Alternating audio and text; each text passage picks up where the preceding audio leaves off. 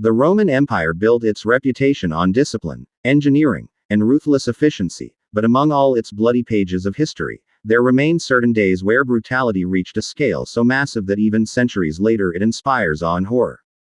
One such moment stands out, a battle so devastating that nearly 300,000 men perished within a single day, annihilated by the cold calculation of Roman strategy. To truly understand how such carnage unfolded, one must step into the ancient world, where empires clashed with little mercy and survival meant mastering the art of absolute destruction.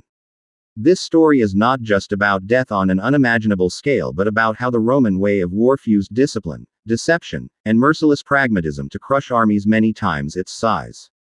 Rome at its height was a juggernaut, a civilization trained to consume others through both diplomacy and slaughter. Its armies did not merely fight. They absorbed knowledge from every foe, blending Greek tactics, Carthaginian cunning, and barbarian ferocity into something uniquely Roman. By the time of this massacre, Rome had already honed a system where its legions were machines of death, drilled to obey, move, and strike with precision. The enemy that day was vast, swelling with overconfidence, their banners stretching for miles. They believed their numbers alone would drown Rome. What they did not understand was that Rome had mastered the art of turning numbers into a weakness, baiting huge armies into traps where their size became a burden, not an advantage. And so, the stage was set for one of the deadliest days in human history. The battlefield chosen was no accident. Rome's generals were masters at terrain, always selecting ground that neutralized their enemies' advantages while magnifying their own. On this occasion, the giant army opposing them was drawn into a narrow plain surrounded by hills and woodlands, a deceptive space that looked open but was perfect for an ambush. The opposing commander was convinced that Rome had finally been cornered and would be forced into a desperate, bloody stand. What he failed to realize was that every Roman step backward, every seeming retreat, was a calculated lure. The enemy believed victory was near, but in truth, they were walking straight into a carefully constructed slaughterhouse. The Roman general commanding that day, a master of patience and deception, used one of the oldest tricks in the Roman playbook, the feigned retreat. For days, his legions had given ground, appearing weak and stretched, their campfires dwindling at night, their supply lines looking fractured. Spies fed false intelligence, whispering to the enemy that Rome was exhausted, starving, and incapable of holding the field. Fueled by arrogance and the promise of crushing their greatest rival, the massive army pressed harder, never noticing that they were being funneled into a choke point where escape would soon be impossible. When the final moment arrived, the Roman trap snapped shut like the jaws of a wolf. At dawn, the enemy army awoke to find Roman forces arrayed before them in apparent desperation. The legions stood firm but few, with gaps deliberately visible in their line. Believing this weakness real, the enemy surged forward in a tidal wave of men. The first clash was brutal, with shield against spear, sword against axe, and the cries of dying men echoing across the field. The Romans bent but did not break, slowly pulling backward, step by step, drawing the enemy deeper. Behind them lay a hidden semicircle of forces concealed in the terrain, waiting for the signal. Dust rose in choking clouds, visibility collapsed, and the massive army surged without order, thinking they had Rome cornered. It was at that moment. The Roman horns blared, unleashing the slaughter. From the flanks and rear, hidden Roman cohorts and allied cavalry erupted from their concealed positions. The massive army, already compressed and disorganized, suddenly found itself surrounded on all sides. Panic began to ripple through their ranks. The narrow field that seemed like an advantage now became a death trap. Their sheer size turned against them as soldiers crushed each other in the desperate attempt to turn and fight. The Roman legions advanced with mechanical precision, their shields locking, their pieless spears hurling in disciplined volleys, mowing down men who had nowhere to run. The enemy tried to rally, but the chaos was too great. Trapped in a ring of steel, exhaustion and terror spread faster than commands could be given. The most terrifying part of Rome's strategy that day was not just the ambush but the methodical nature of the killing. Roman soldiers were trained to maintain order even in a sea of blood. They advanced in steady formations, cutting down wave after wave, pausing only to rotate fresh men from the rear lines forward. While their enemy fought in chaos, each man for himself, the Romans fought as one organism, shielded and disciplined. What might have been a battle turned into a massacre. Thousands fell every hour, the ground becoming slick with blood and bodies, until soldiers could no longer stand without slipping on the carnage beneath them. The screams of men begging for mercy mingled with the unrelenting rhythm of Roman steel hacking through flesh. As the hours dragged on, the scale of the killing became unimaginable. Rome did not permit escape. Archers and slingers rained death from a distance upon any who tried to break free, while cavalry chased down stragglers with ruthless efficiency. Men were crushed in the stampede as their comrades trampled them, clawing for a way out of the encirclement. Rivers nearby turned red with blood as bodies piled up in heaps, some drowning in the press of their own army's collapse. The enemy commander, once confident of victory, found himself surrounded and powerless, his commands lost in the roar of slaughter. Eventually, even he was dragged into the chaos, either slain on the field or captured to face Roman humiliation later. By nightfall, the field was a graveyard. Nearly 300,000 men lay dead or dying, an entire people's hope for victory wiped away in a single day. Rome had not just defeated an enemy, it had annihilated them. The few survivors who stumbled away carried tales of horror, of an army that vanished in hours, consumed by Roman cunning. The psychological impact was as devastating as the physical loss. Neighboring kingdoms that once considered challenging Rome now trembled. The message was clear. Rome did not merely win battles, it erased enemies. Through calculated cruelty, it showed that numbers meant nothing when faced with Roman discipline and strategy. In the aftermath, the Romans marched across the corpse-littered field, stripping weapons, armor, and valuables from the dead. Prisoners were executed or sold into slavery, ensuring that no remnant of the giant army would ever threaten them again. The fields were burned, villages destroyed, and the land salted so that recovery was impossible. Rome turned a battlefield into a warning to all who might oppose them. The victory was celebrated in the capital with triumphal parades, generals crowned with laurel, and the people cheering the annihilation of yet another enemy. But beneath the glory lay the chilling reality that Rome's survival depended on brutality so vast that entire nations could vanish in a single campaign. The legacy of this massacre lingered for centuries. Historians debated the exact numbers, but all agreed the slaughter was monumental. Some called it genius, others barbarity. But to Rome, it was simply necessity. The empire thrived not on mercy but on fear, and fear was built on spectacles of unimaginable death. When one army of hundreds of thousands could be wiped out in a day, who else would dare to raise a sword against Rome? That was the heart of their strategy, not just to win wars but to make resistance itself seem suicidal. For every legionary who marched in iron, there marched also the silent army of ghosts left behind on killing fields like this, haunting the memory of those who would think of rebellion. In truth, Rome's brutal strategy was not unique to that one day, but it was the most perfect execution of their philosophy: lure, encircle, crush, and erase. It was a method repeated throughout their history, but never again on such a staggering scale. Later empires would try to emulate Rome's efficiency, from Byzantines to modern generals, but few ever achieved the cold, systematic extermination seen in that single day of carnage. The lesson was eternal. Discipline, intelligence, and ruthlessness could conquer numbers beyond imagination. That is why Rome endured for centuries while so many of its enemies were reduced to footnotes, remembered only for the day they were slaughtered.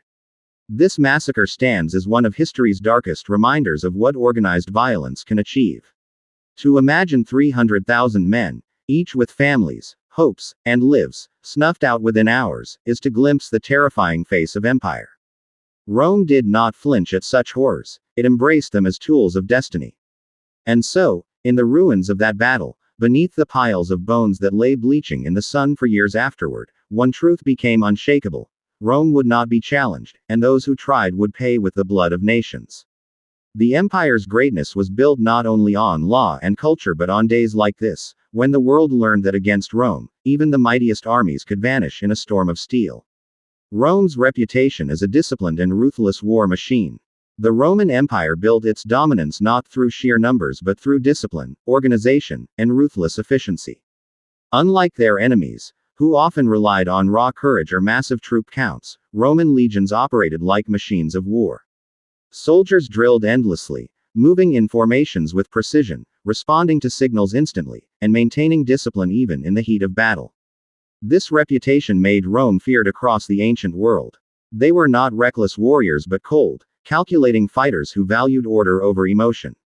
When Rome committed to war, it did not just aim to defeat, it aimed to destroy. Generals studied enemy weaknesses and adapted their methods constantly. This aura of invincibility spread ahead of their armies, instilling fear in potential enemies before swords were even drawn.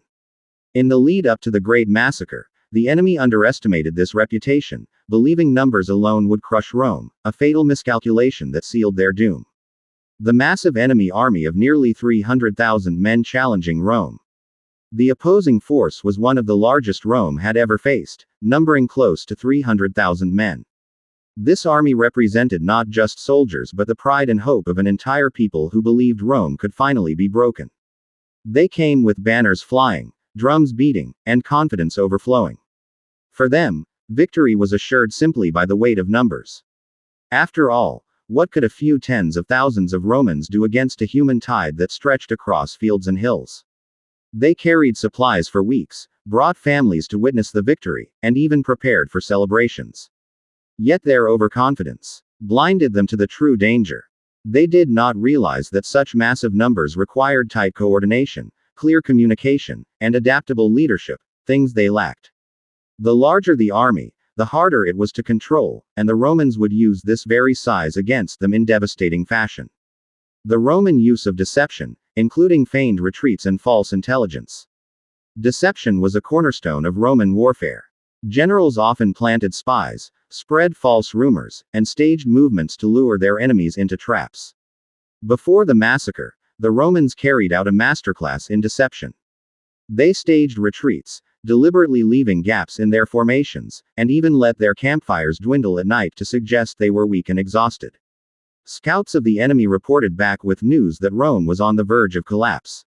This misinformation spread quickly, stoking enemy confidence. What they failed to see was that every Roman step backward was part of a deliberate strategy to draw them into a kill zone. The enemy believed they were chasing down a fleeing foe, but in reality, they were being shepherded like cattle into slaughter. This manipulation of perception was not just military cunning, it was psychological warfare that set the stage for total annihilation. The choice of battlefield, funneling the enemy into a trap. Rome never left the battlefield to chance. The ground chosen for the Great Massacre was carefully selected to favor Roman tactics. Surrounded by hills, forests, and natural choke points, the area seemed at first to be open terrain perfect for a massive army to maneuver. In truth, it was a trap disguised as opportunity. The enemy marched into a plain that narrowed gradually, compressing their formations and limiting their ability to spread out. Once they were inside, it was almost impossible to maneuver such vast numbers effectively. For the Romans, this was perfect. Smaller, disciplined units could exploit the bottleneck, while hidden forces waited in the hills and forests. The enemy, blinded by their eagerness to crush Rome, did not see how the terrain betrayed them. By the time they realized, it was too late. The Roman legions had already sealed the exits and turned the landscape into a killing ground. The moment of ambush when the Roman trap was sprung. The morning of the battle began with the enemy rushing forward, believing Rome was cornered. The legions stood firm but appeared weakened, their formations showing deliberate gaps that invited attack. As the enemy surged in, chaos began to grow in their massive ranks. Then, at the perfect moment, Roman horns blared across the battlefield. Suddenly, concealed forces hidden in the hills and woods poured down into the plain, crashing into the flanks and rear of the unsuspecting army. What had seemed like a desperate Roman defense instantly transformed into a full encirclement. Panic swept through the enemy as they realized they had been deceived, but by then, they were trapped with no escape.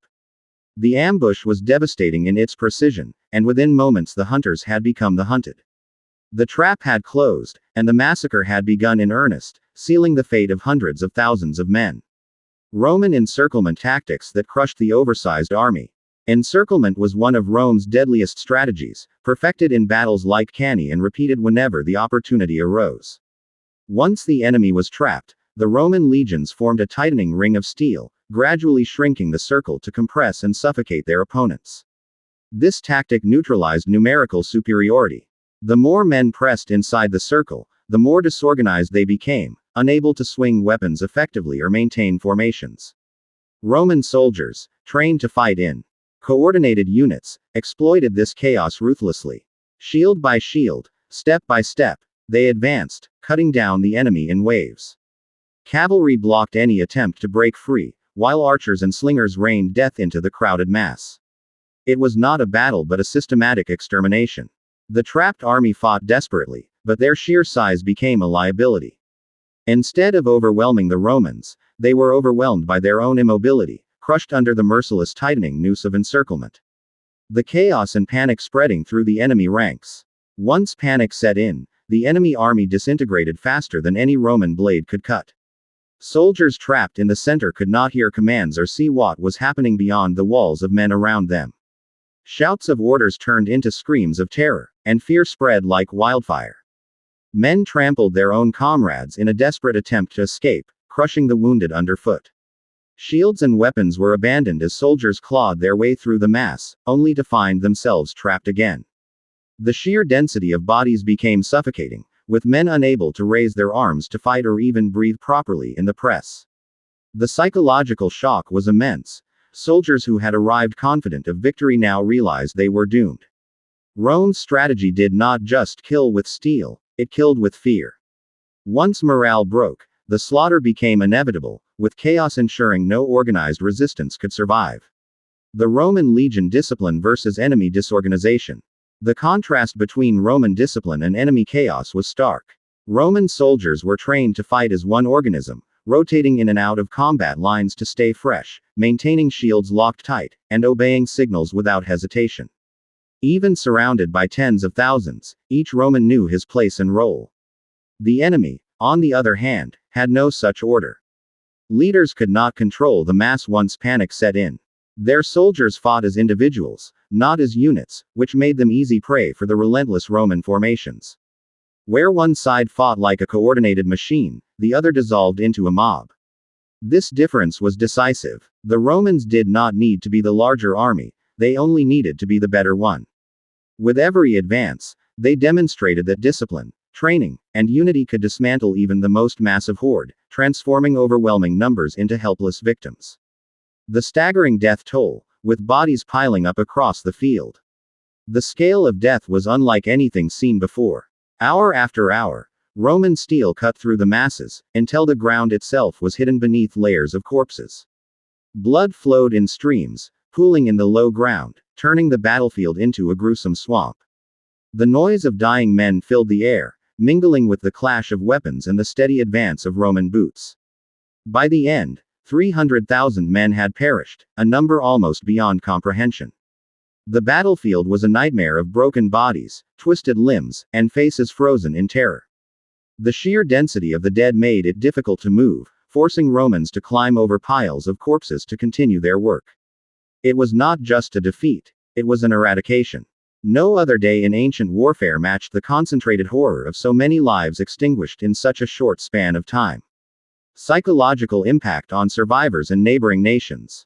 The few who escaped carried with them memories so terrifying that they became living weapons of fear. They told tales of the trap, the encirclement, and the merciless slaughter, of men dying by the hundreds of thousands with no hope of escape. These stories spread across the region like wildfire, reaching the ears of neighboring kingdoms and tribes. The message was clear. Rome could not be challenged. Even an army of 300,000 was nothing before Roman discipline. For nations considering rebellion or resistance, the massacre served as the ultimate deterrent. Why risk everything when Rome had proven it could wipe out entire peoples in a single campaign? This psychological impact was as important as the physical destruction. Rome understood that fear was a weapon more powerful than swords.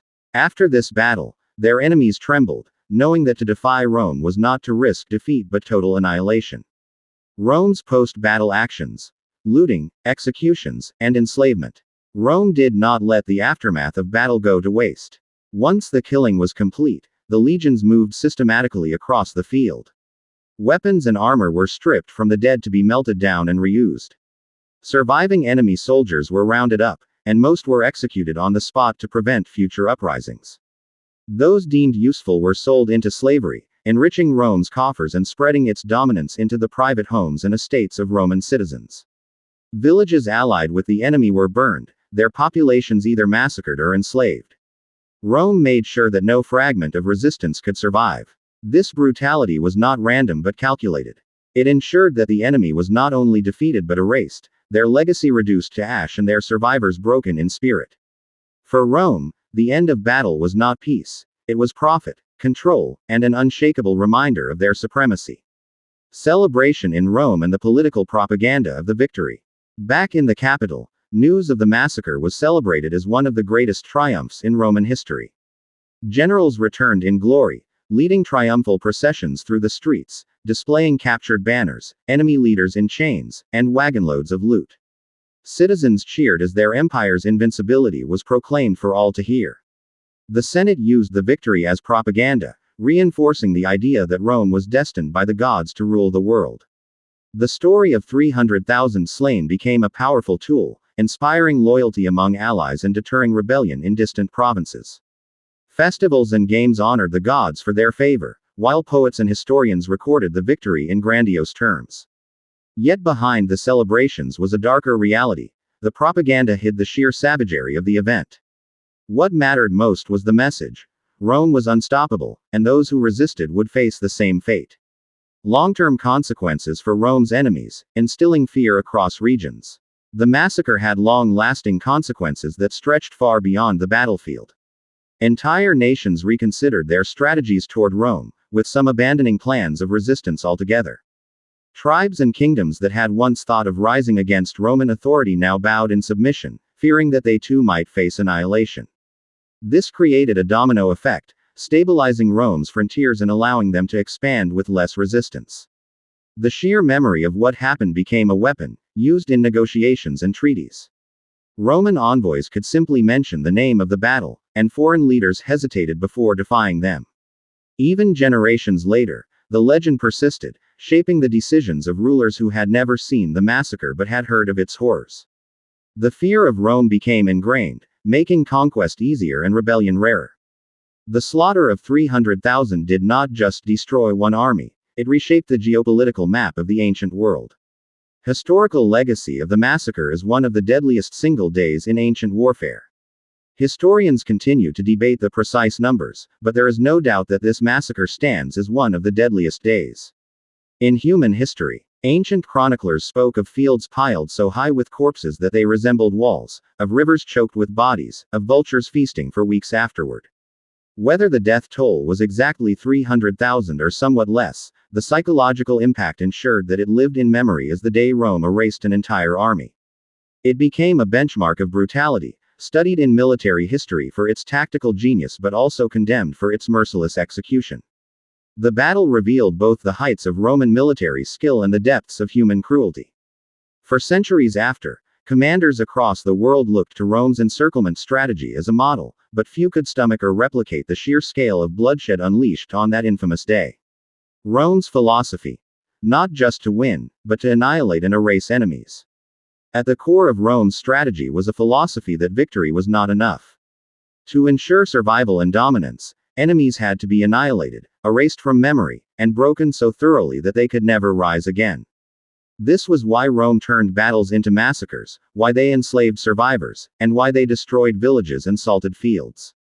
It was a deliberate form of psychological warfare, making future resistance seem hopeless. In the case of the 300,000 dead, Rome demonstrated this philosophy with chilling clarity. They did not merely defeat an army, they erased it. This ensured that not only the soldiers but their families, their leaders, and their entire culture understood the cost of opposing Rome.